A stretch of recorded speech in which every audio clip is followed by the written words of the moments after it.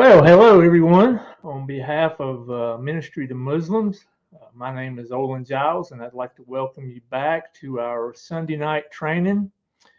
As always, you're in for a real treat. You're in for a special treat tonight. We have Reverend Samuel Green with us, who's going to be teaching, obviously from a Christian perspective. He's going to be teaching from Surah or chapter 33 from the Qur'an, and I'm just going to go ahead and turn it over to him right now. Let him introduce himself and begin teaching. I am so sorry. Or chapter 33. I am so sorry, brother. And I'm just going to go ahead and turn it over to him right now. Let him introduce himself and begin teaching. I am so sorry. Or chapter 33. I am so sorry, brother. And I'm just going to go ahead and turn it over to him right now. Let him Olin, introduce himself. Olin, do you have an YouTube? Can you close YouTube down if you have a YouTube tab on? Olin.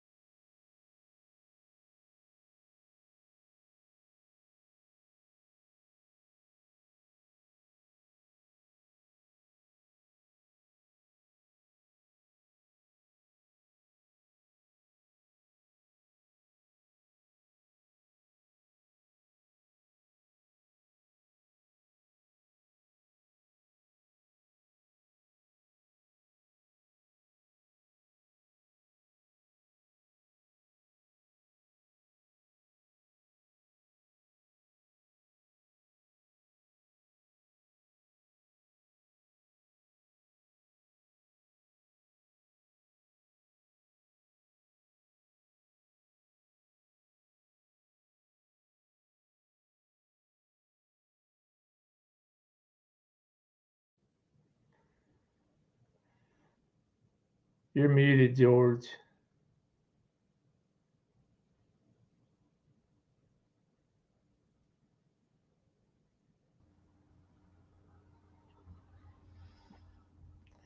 Can you hear me, Samuel? I can hear you now. All right. Sorry about that. Are we still live? I can't hear George at all. I don't know if his mic is muted or. I can hear you now. Okay. All right. Sorry about that. Does any of you hear a second audio? Are we still live? Yes, we are. I don't know if his mic is muted or. I can hear you now. Okay. All right. Sorry about that. Does any of you hear a second audio? Are we still live? Yes, we are. I don't know if his mic is muted or. I can hear you now. Okay. Sorry about that. Does any of you hear a second audio? Are we still live? Yes, we are. His mic is muted. Samuel, all I can say is you must have some good teaching for us tonight. The devil's trying his best to stop us.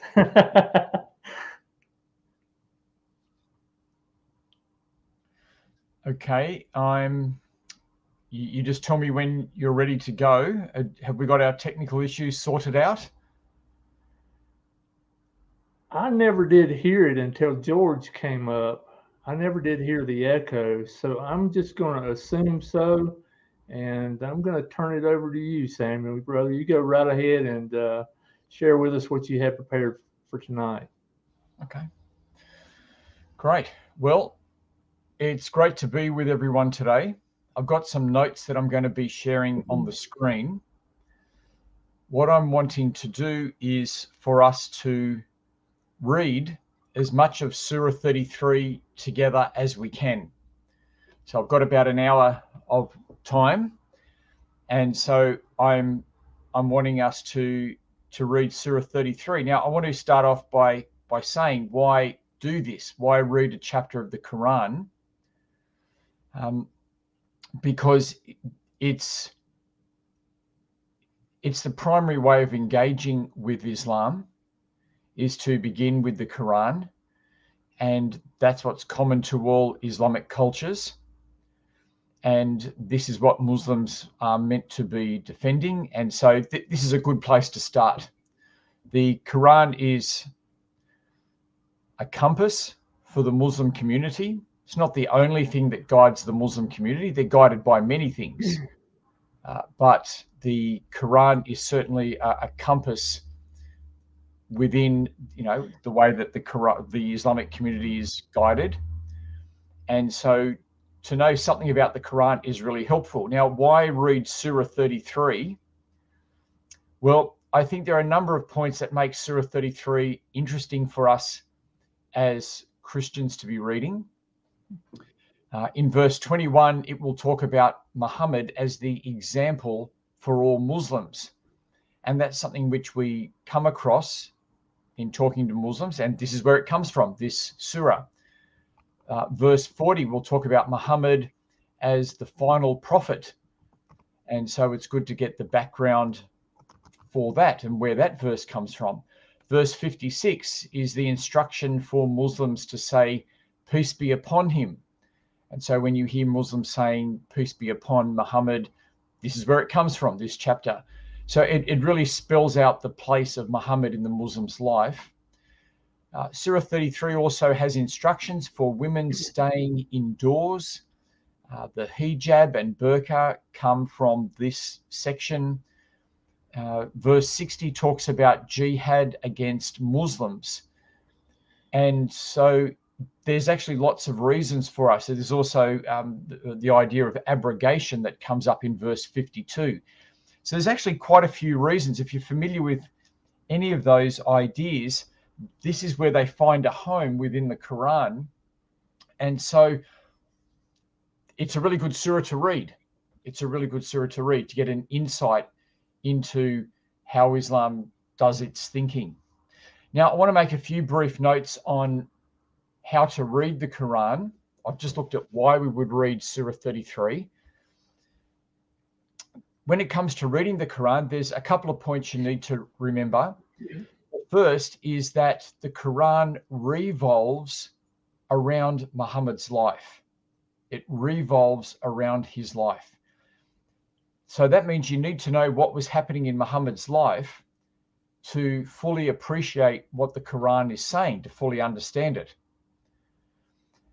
Not only does the Quran revolve around Muhammad's life, but it also evolves in time.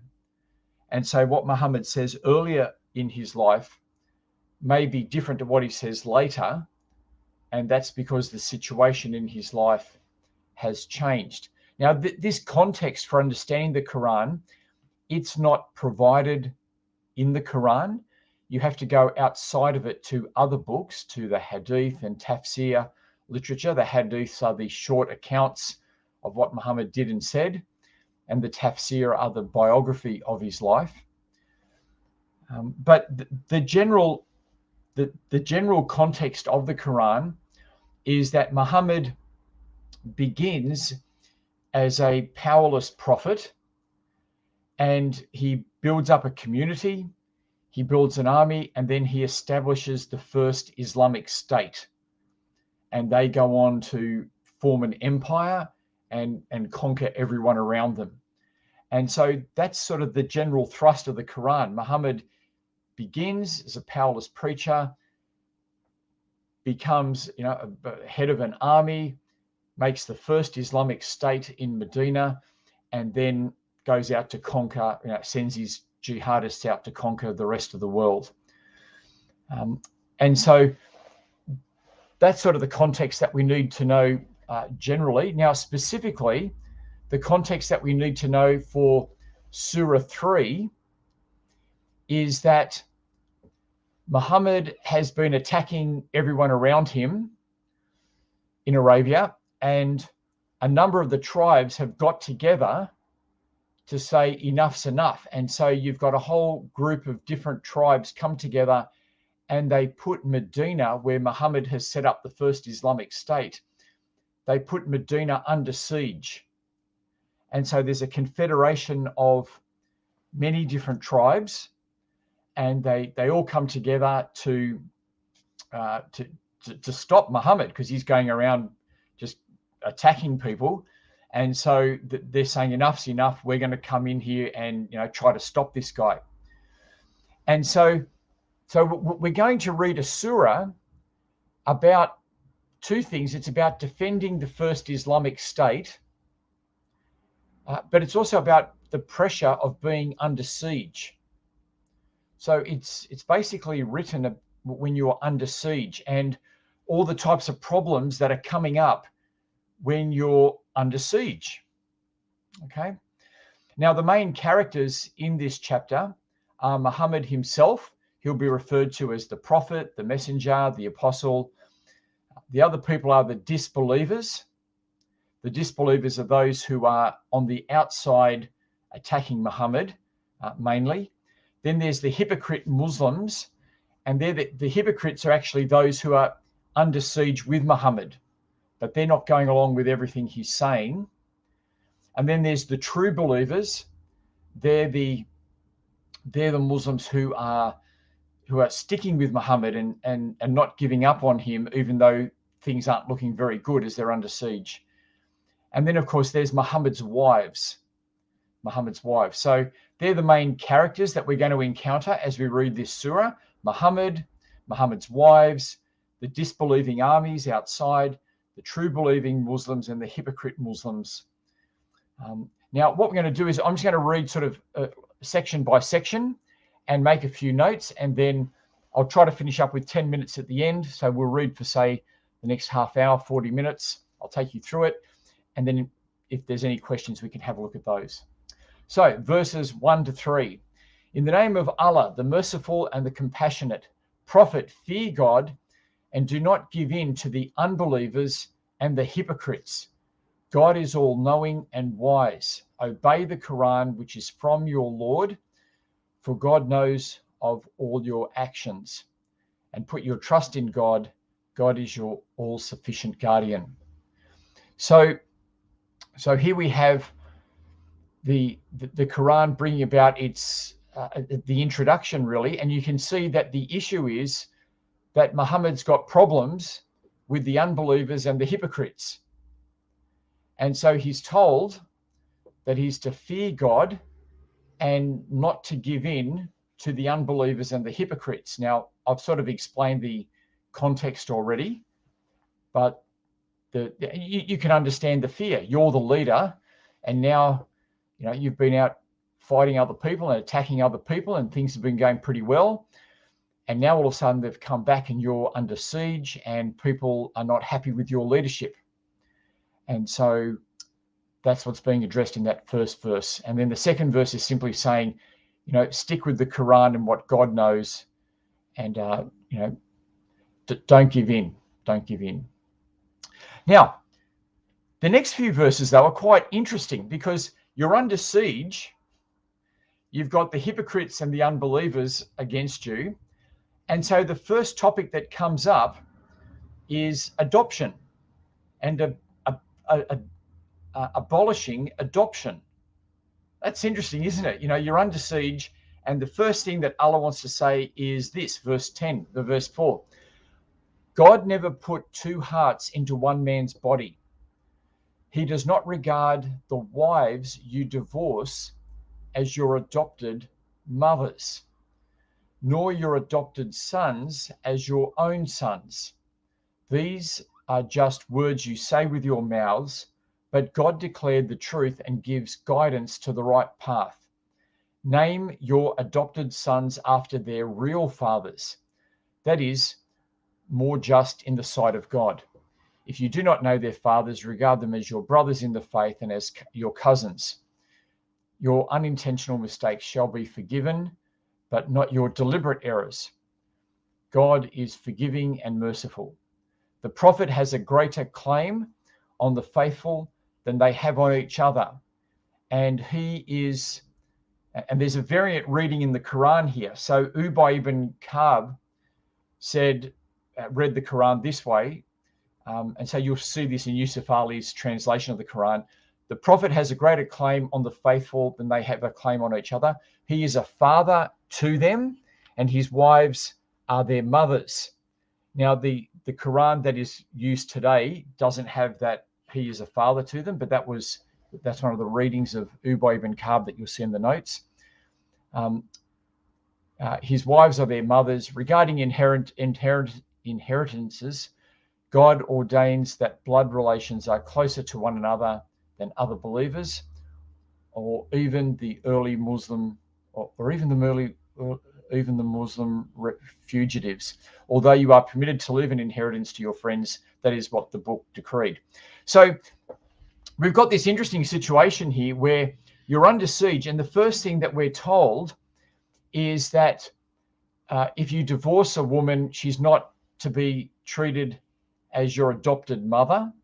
Now, what this means is we see in Surah 2, verse 233, that you can remarry that woman. So within Islam, it's different to the Bible. You can, in the Bible, if you divorce someone, you're not allowed to remarry them because that's shameful and a mockery of marriage.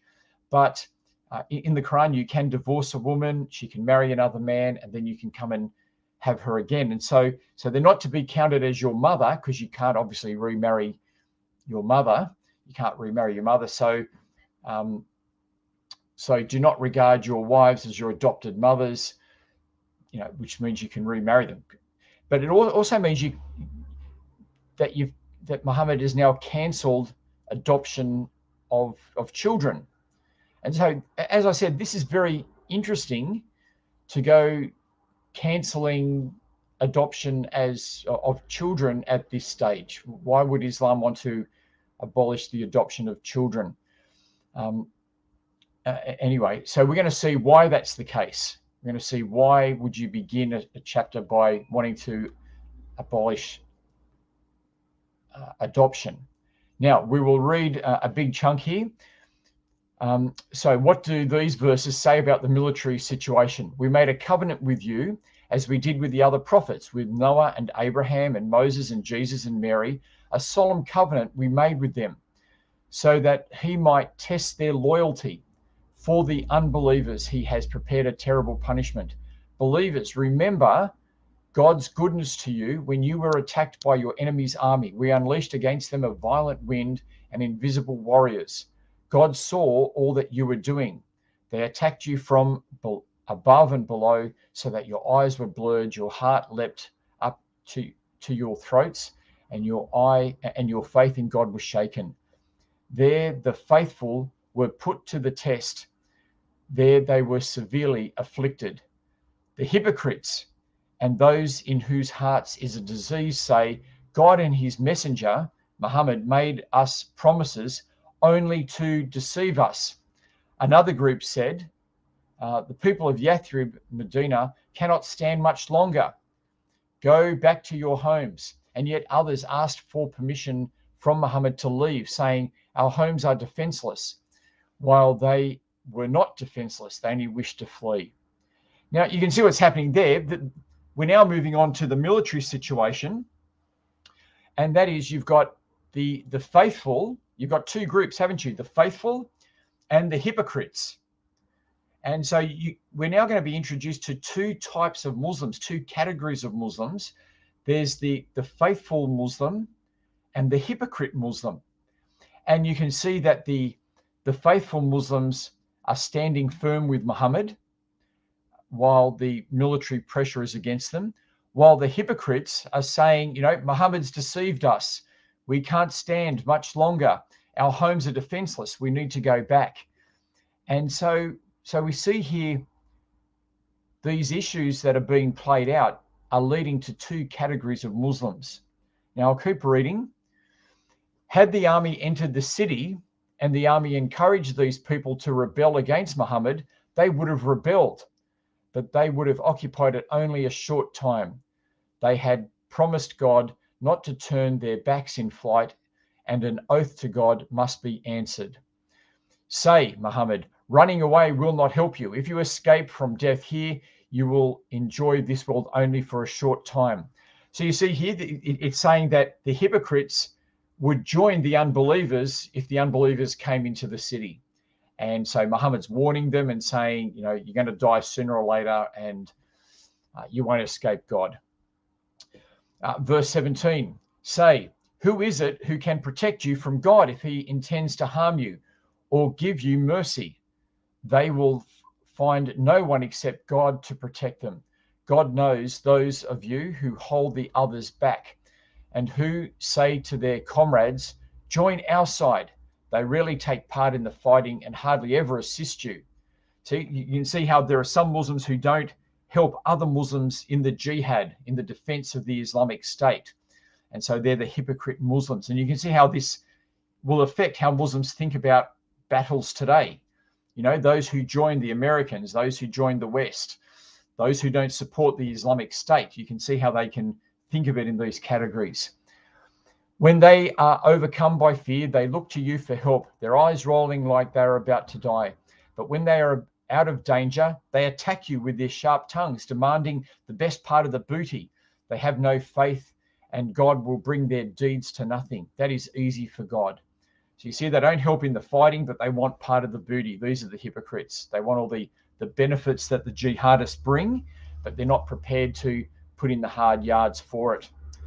They thought that the armies besieging Medina would never depart. And if the armies should return, they would rather be in the desert with the wandering Bedouin Arabs. Out in the desert, they would show interest in you, but when they are with you, they only help a little bit with the fighting. So again, you can just see these two categories. There's the hypocrites who don't join in fighting and defending the Islamic State. And, you know, they're not getting, but they still want all the benefits of being Muslim, but not prepared to fight for it. And then we get verse 21. Instead, the good example for those of you who hope in God in the last day and remember God much is God's messenger, Muhammad. And now this is the basis of the Sunnah. Here is the Qur'an commanding the Sunnah, that is to imitate Muhammad. Muhammad is the good example for Muslims, and this is where the verse is said.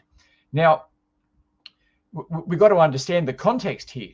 So what does it mean for Muhammad to be the example? Well, what it means is that Muhammad is the test case for what it means to be a true believer and what it means to be a hypocrite. See, how you respond to Muhammad and how you help him and defend the Islamic State, that's what defines the hypocrite, and that's what defines the true believer. So the hypocrites are those who don't copy Muhammad, who don't imitate him, who don't support him, and the true believers are those who do. And so this is why knowing Muhammad's life and everything else is obviously very important. Now we're going to see a bit later on in verse 60 what Muhammad says to the hypocrites. In fact, if this is in verse 60, I might even come to it a little bit later on. So let's just keep reading quickly. When the true believers saw the besieging armies, they said, "This is what God and his messenger promised us. God and his messenger have spoken the truth, and this increased their faith and submission. Among the believers are men who have been faithful to God. Some have died, others are still waiting, but none of them have changed their intention. God will surely reward the faithful for their loyalty and harshly punish the hypocrites, or he may show them mercy if he wills. God is forgiving and merciful." God turned back the army of the unbelievers. They were angry and got nothing. God relieved the believers of much fighting. He is mighty and powerful. And those people of the book, that is the Jews who helped them, God brought them down from their stronghold and put terror in their hearts. And you killed some of them and took others captive. And he gave you their land, their houses, and their possession, and even more land that you have not yet trodden on. Surely God is all powerful. So what happened was that some of the Jews were supporting these Arab armies who were coming to stop Muhammad, and these Arab armies have now had to leave because the siege didn't work out for them, and so now it's payback time for the Jews, and so the Jews are going to cop it for supporting the other armies. Now we then move on. So the first section has been cancelling adoption and those types of family relations. We then moved on to the second one, and that was life with the armies. And we saw that there's two types of Muslim, the true believer and the hypocrite. And Muhammad is the test for whether or not you're a hypocrite or not. And as I said, you will find this language of the hypocrite Muslim and the true Muslim, that this is how particularly the jihadists will think. And so it's very important to understand this book from that perspective. But we now move on to Muhammad's wives. And so verses 28 to 34 now switch over to Muhammad's family. Prophet, say to your wives, if you seek this worldly life and all its possessions, then come and I will provide you with these things and set you free, divorce you generously. But if you desire God and his messenger and the world to come, then know that God has prepared a rich reward for those of you who do good works. Wives of the prophet, those of you who do a clearly immoral act will be punished double the normal punishment. That is easy for God. I don't know what makes that easy for God, but anyway, so if Muhammad's wives get out of line, they're going to cop it double the normal punishment. But those of you who obey God and his messenger and do good works, they shall be doubly rewarded. We have prepared for them generously. Wives of the prophet, you are not like other women. If you fear God, then do not speak timidly, but boldly, so that men in whose heart is a disease will not get the wrong idea. Now, let's just see what's happening here.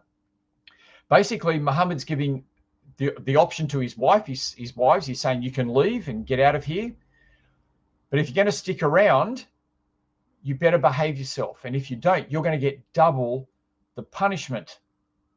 Now, why is he threatening his wives with double the punishment if they do immoral acts? Well, it's because he doesn't want any trouble. Remember that he's under siege, and we're now starting to see that people have been complaining about his military decisions, but he doesn't want any scandal within his own family to cause any problems. And so his wives have to behave themselves because they're not to cause any problems for him. And in fact, that they're meant to speak boldly when people come to him. It's probably because people often, and this happens within marriages today, where if someone's got a problem with the husband, they talk to the wife and try to get the wife on side. And so when that's happening, Muhammad's wives are to speak boldly and to rebuke people when they come trying to undermine Muhammad that way. And so the wives are to speak boldly to men in whose heart is a disease.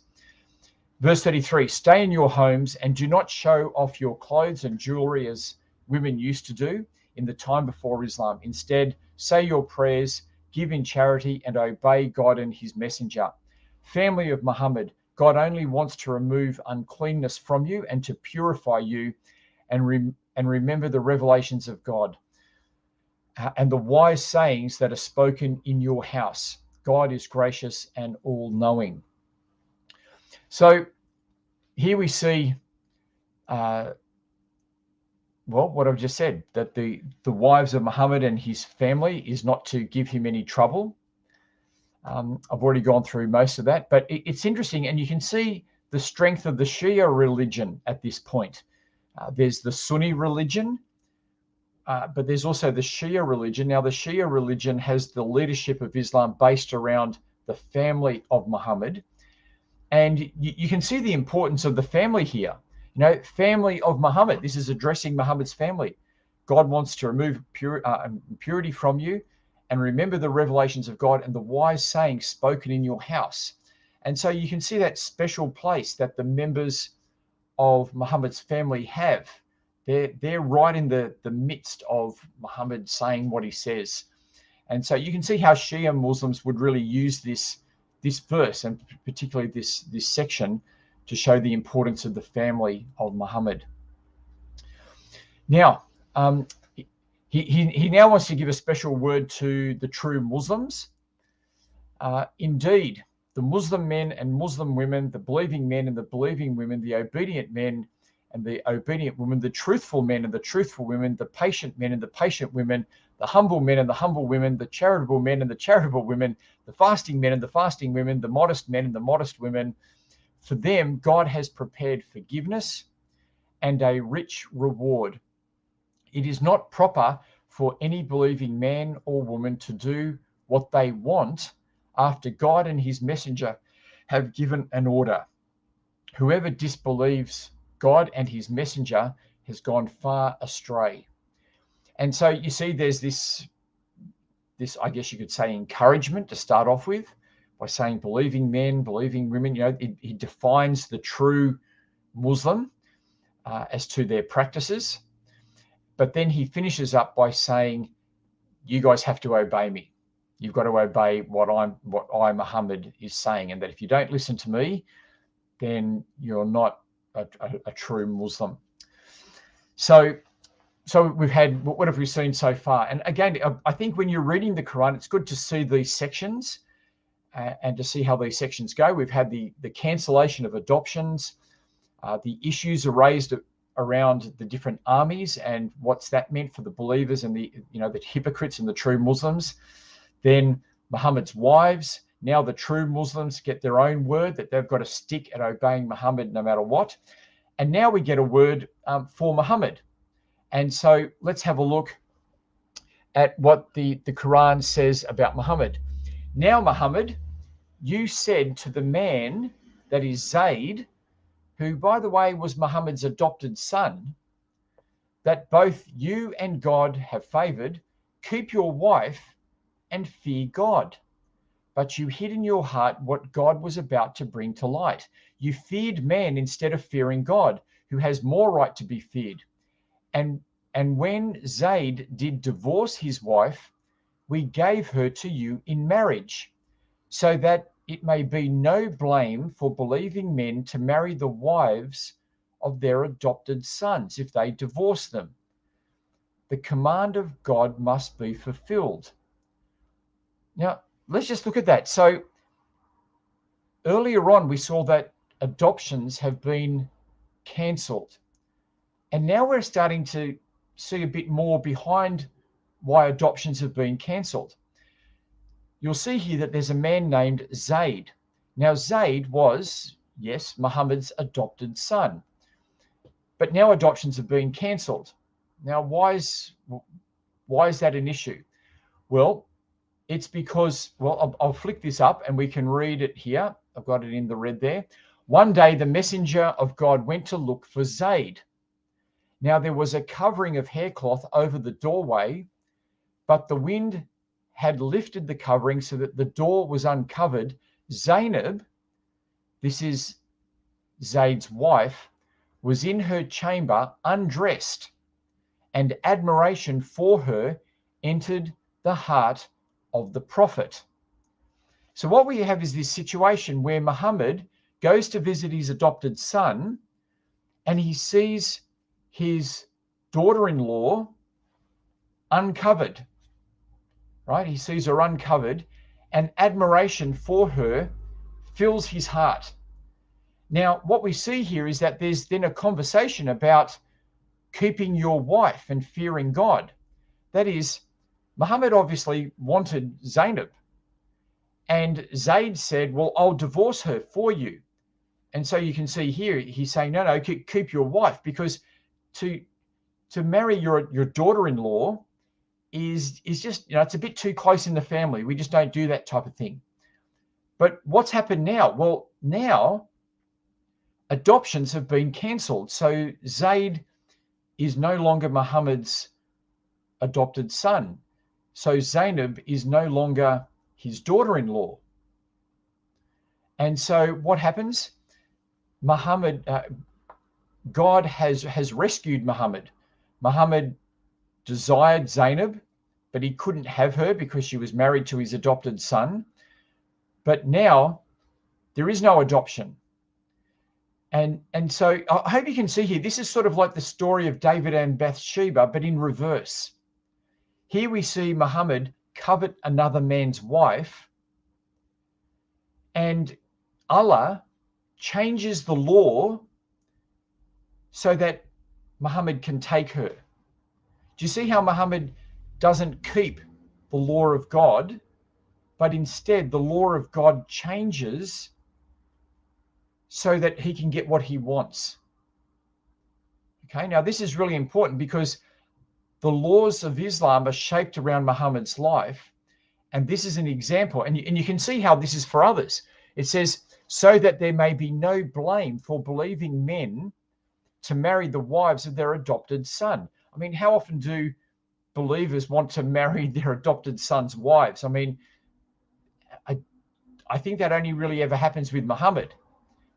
But it's in Allah giving Muhammad, in Allah changing the laws so that Muhammad can take his adopted son's wife, now it means all Muslims can.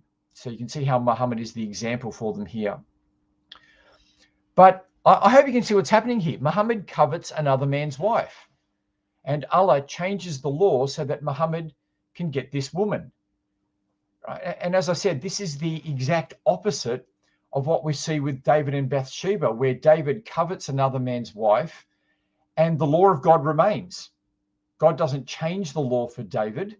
David is held accountable and is punished for what he does. So we've got two very different gods here. Two very different gods, if there's a God at all with the Qur'an. Now, let's go down to verse 38. Likewise, there is no blame upon the prophet for doing what God has commanded him to do. This was the way of God for those who went before him, to fulfill the mission that God has given them, and the commandment of God is certain. So that is, there's no blame on Muhammad now, because he's taken his adopted son's wife. So you can see, why has this issue come up under siege? Well, people are actually starting to complain about Muhammad's moral character.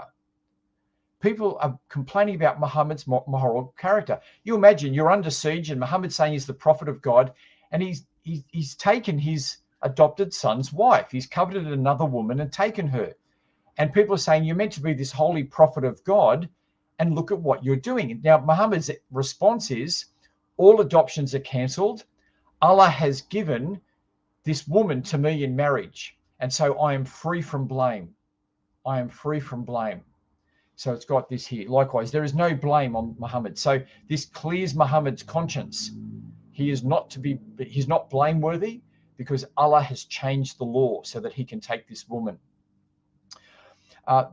These delivered the message to God and feared him. They feared God alone, and God's decision is good.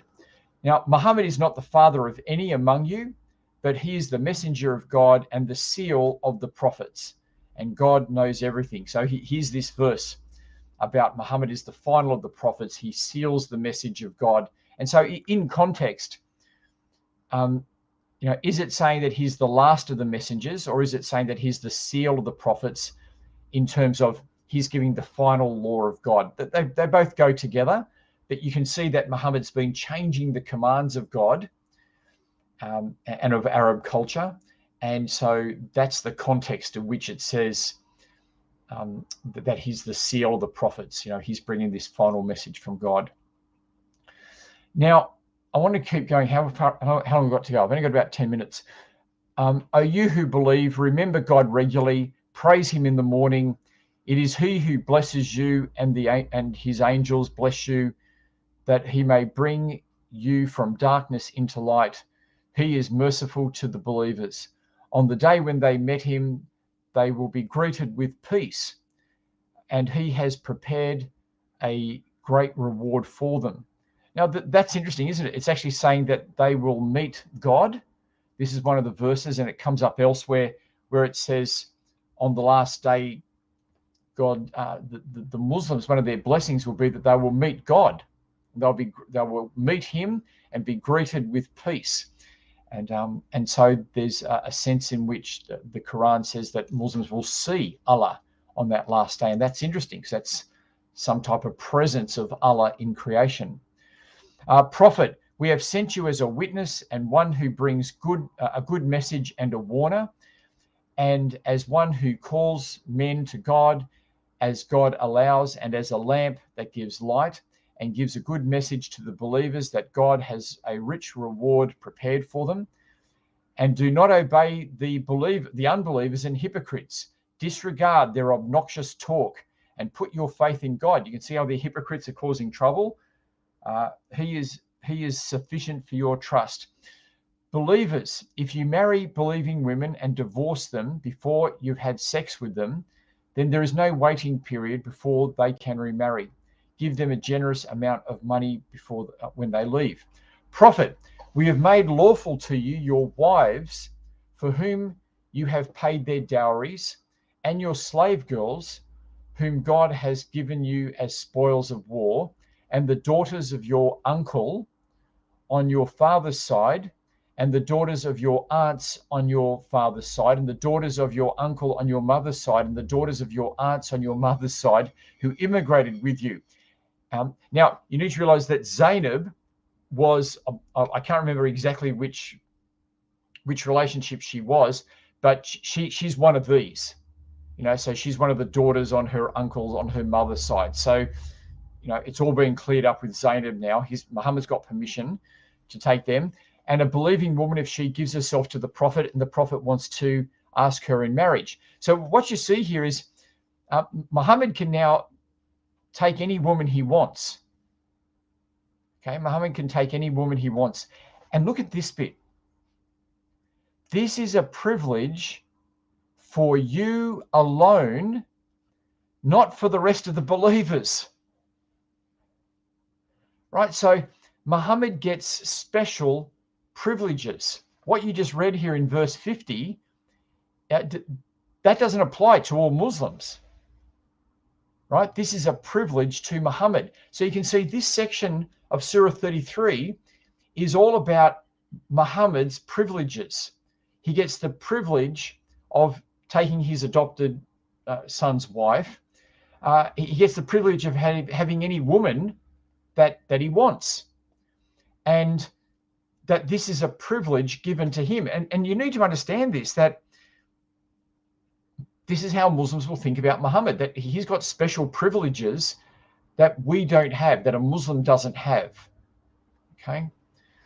Now we have commanded you concerning, and look at this, but we give you this privilege that you may be free from blame. Did you notice how the word blame is repeated throughout this section?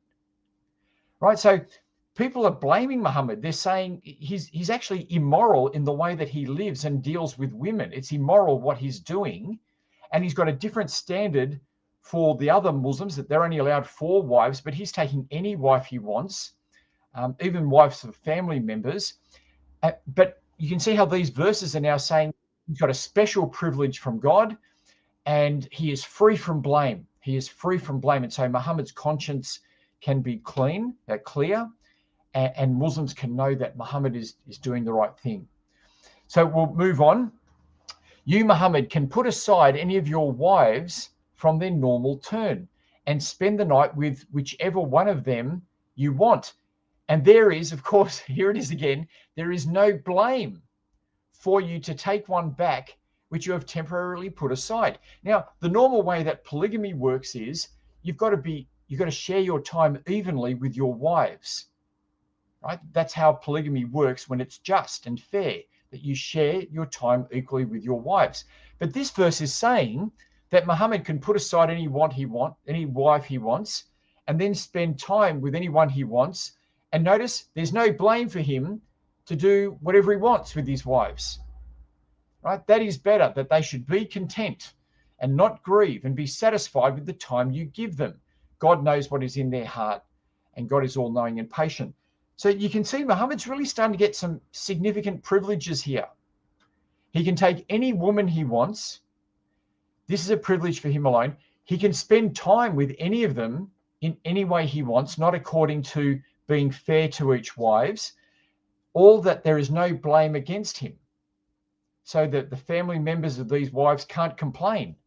They can't say, hey, you're not spending enough time with my daughter. She's with you, Muhammad, and you're not spending any time with her. You should be spending an appropriate amount of time with her. But no, Muhammad's got this special privilege, and there's no blame. And remember, if you go against what Muhammad said, remember what we saw in that earlier section for the true believer Muslim, they've just got to listen and say yes to what Muhammad says.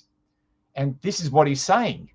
He's saying, I take any woman and I'm free from blame, and I spend any time with any woman and I'm free from blame. It's interesting to look at what Muhammad's wife said in this regard. This is narrated by Aisha, and she actually quotes this exact verse, right? So Aisha hears this verse, and this is what she said. She said, I said to the prophet, I feel that your Lord hastens in fulfilling your wishes and desires.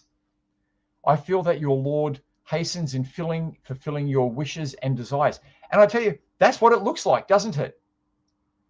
Muhammad covets another man's wife. Allah changes the law so that he can take that woman.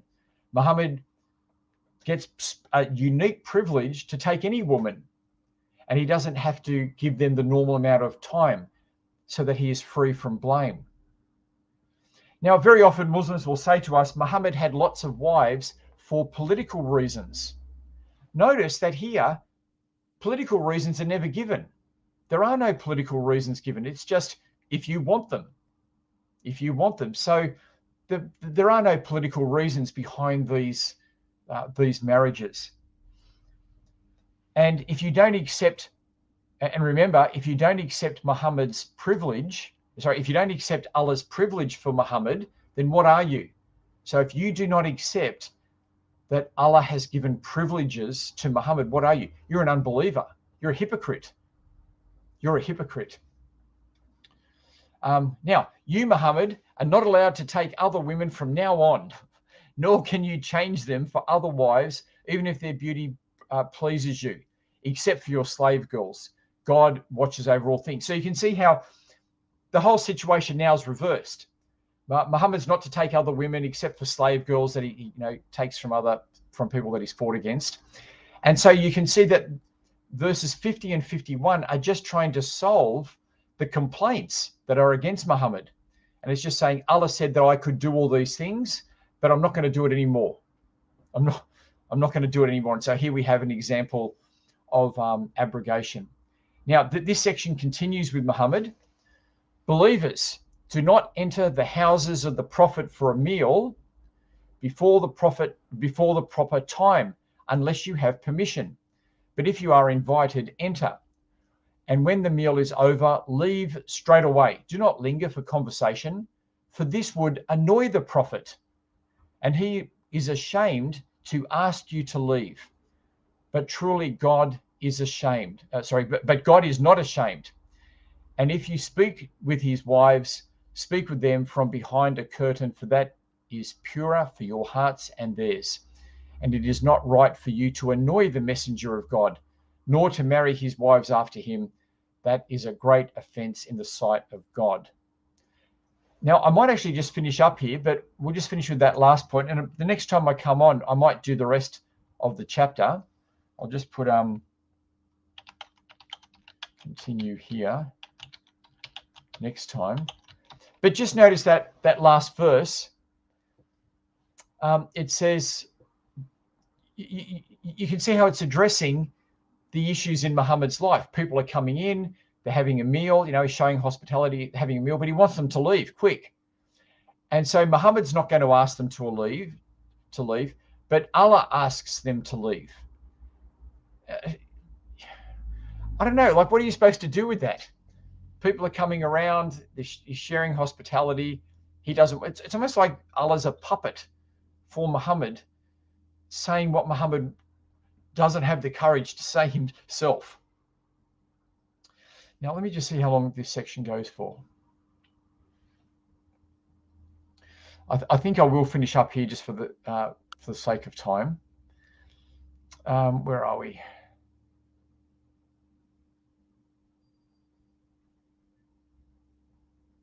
I'll finish up just at these next verse down here. So what have we got here? Whether you reveal something or conceal it, God has knowledge of what you do. There is no blame for the prophet's wives to be seen unveiled by their fathers and sons. No, I won't go any further there because we now start to talk about his wives. So I'm just going to finish there. So I hope you can see that this section we're in here is addressing the issues that Muhammad's facing under siege, where people are questioning his morality, and Muhammad's wanting to set out Allah's command that what he's doing is okay. So look, I'm going to finish there for now and open it up for questions. So we got 10 minutes to do that. All right. Thank you, Samuel. That was a bit of hard work there, so I hope people could follow just as we read through, but hopefully that gives you some insight into it. And I've tried to read it fairly just to see, what it says. Sure. All right. We got a question here from Truth Defender. She says, or she says, I'm not sure which, if those that contradict are disbelievers, are there any Muslims at all, since most are such hypocrites in denying or contradicting the Quran and Sunnah? Yeah, thank you for that question. What you have is a situation where Muslims will consider themselves to be the true believers. So you'll get people like the Taliban and the Islamic State, and they will say of themselves, we are the true believers, and we are the ones who are putting it into practice. And then they judge others as to be hypocrites. Now, in one sense, are there any Muslims who really keep the Quran, or are they denying it, whatever? Well, obviously there are some who clearly do that, but there are others who, are very serious in seeking to keep it all. And as I said, the Islamic State group were very serious in wanting to do this. The Taliban are very serious in wanting to do this, and they would judge others as unbelievers. And we'll see the next time that you're meant to make jihad on the unbelievers. And this is why you'll find Muslims fighting Muslims. This is why you'll find the Islamic State didn't go and fight against the US. Their war was against hypocrite Muslims. As far as the different sects of Islam, would you say that the Wahhabis were probably the closest in following Muhammad, or is there another sect that sort of takes it more seriously? Look, I would say that there are a number of sects that take it quite seriously. So the Wahhabis certainly do. Yeah. Right? They certainly do. The Shias certainly do, according to their traditions of what Muhammad did and said. Because remember that what Muhammad did and said varies between Muslim groups. Not all Muslims agree on all the hadith. Some accept some hadith, some reject it. So exactly what Muhammad did and what you're to follow is something that's really up for debate, and something that in practice Muslims pick and choose between different groups. But certainly Wahhabis would, be seeing themselves as true Muslims and not hypocrites. And no doubt there are many hypocrite Muslims who would say, we're not hypocrites. We're just living according to the situation that we're in now. But it leads to mayhem. It leads to mayhem. Who determines who's the true Muslim? Right? Who determines who has the right to make jihad on the hypocrite Muslim? You end up, so the Islamic State, which is hardcore, is fighting the Taliban, which are hardcore, and they both accuse each other of unbelief, right? And then what happens is Western countries come in and go, oh, we can help sort this out. You're not going to sort it out. Thank you for that. Okay. The next question: how did Muhammad get away with this outrageous behavior? Why didn't people sanction him? Well, he obviously had a team of people around him who gave him protection and allowed him to get away with this, right? You had the true believers around him who said, Allah has said that Muhammad is free from blame. Muhammad is free from blame. So, that's normally how people get away with it, that there are people who are prepared to turn a blind eye if they benefit in some way. And they were benefiting, that they're getting slave women and booty and,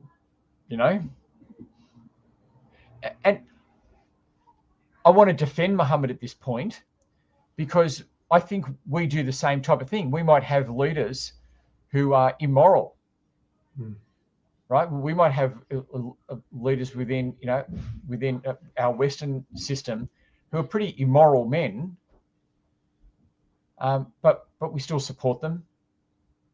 So, I'm not trying to excuse Muhammad here, but I'm just trying to say, let's not be hypocrites ourselves. I want us to be honest. I don't want us to, I'm not just wanting to read the Qur'an and pay out on it. I want us to read it. I've read it. I've read the context. I read the commentaries. I'm just trying to look at what it says. But we need to be careful that we don't do the same thing. Yeah. It seems like the certain portions of the Quran, even Surah 33 that you were teaching from there, it seems like at times it reads like Muhammad's trying to convince others that he's free from guilt and he's free from blame. And then, of course, as you mentioned, he receives these convenient revelations from Allah. And what could they do with that? I couldn't help but wonder, if he wasn't trying to, ease his own conscience too, perhaps. Yes, and I think that's partly it. I mentioned his conscience a few times, that in saying he's free from blame, from blame. The word blame, I think, is mentioned 3 or 4 times in that section on Muhammad. And so Muhammad's really trying to relieve blame for his own conscience and for those who are accusing him. Awesome. Do you have any more questions? Here's another one from Truth Defenders. He says, how evil the abolishment of adoption because of Mo's lust. Adoption is the foundation of Christianity. We have been adopted by God. Yeah. Thank you for that. And that is such a good point to bring up. You can see how Muhammad is denying the core of God's heart. He's denying the fatherhood of God. In fact, I need to put that in the notes. He's really denying adoption. He's denying a really important part of the fatherhood of God. Right? He's denying an important aspect, because you're absolutely right. God adopts us through the Lord Jesus Christ to be his sons. And so adoption is a major part of how we understand God and God's heart. Yeah.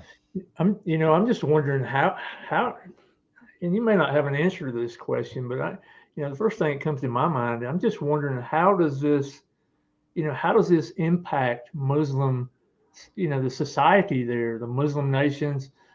What happens to orphans? You can't help but think of what, how this impacts them. Yeah. I'm not sure on that. Yeah. I'm not sure how it's worked out, because certainly they're going to have to deal with that question.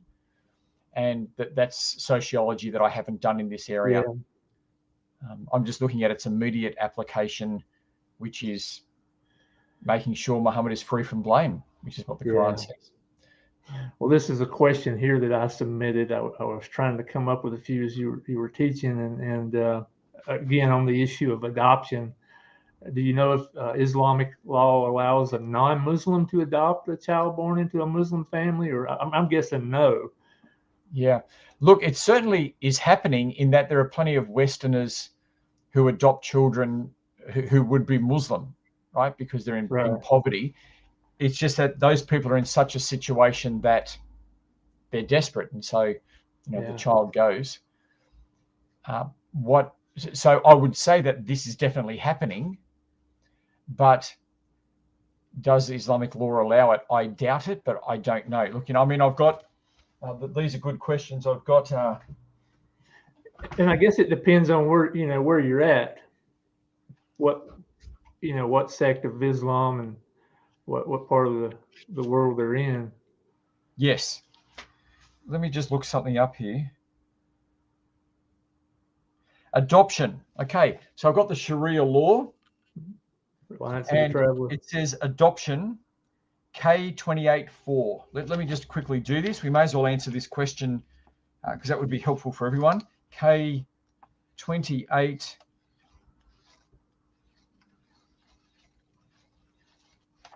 K28.4. Okay, so I've got this here. Okay, adoption. Adoption is unlawful in Islam when it means giving a child's one's own name. Okay, so it's unlawful if you give your name to the child. A share of one's estate, division, and so on.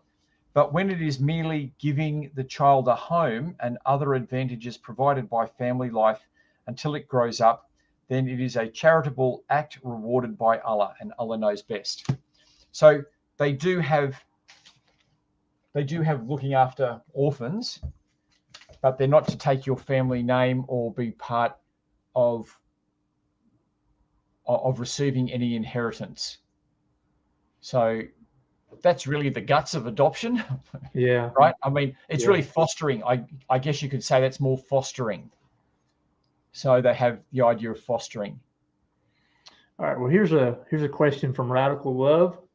Do you think that Muhammad is a typical example of a cult leader in demanding his own ways and special treatment?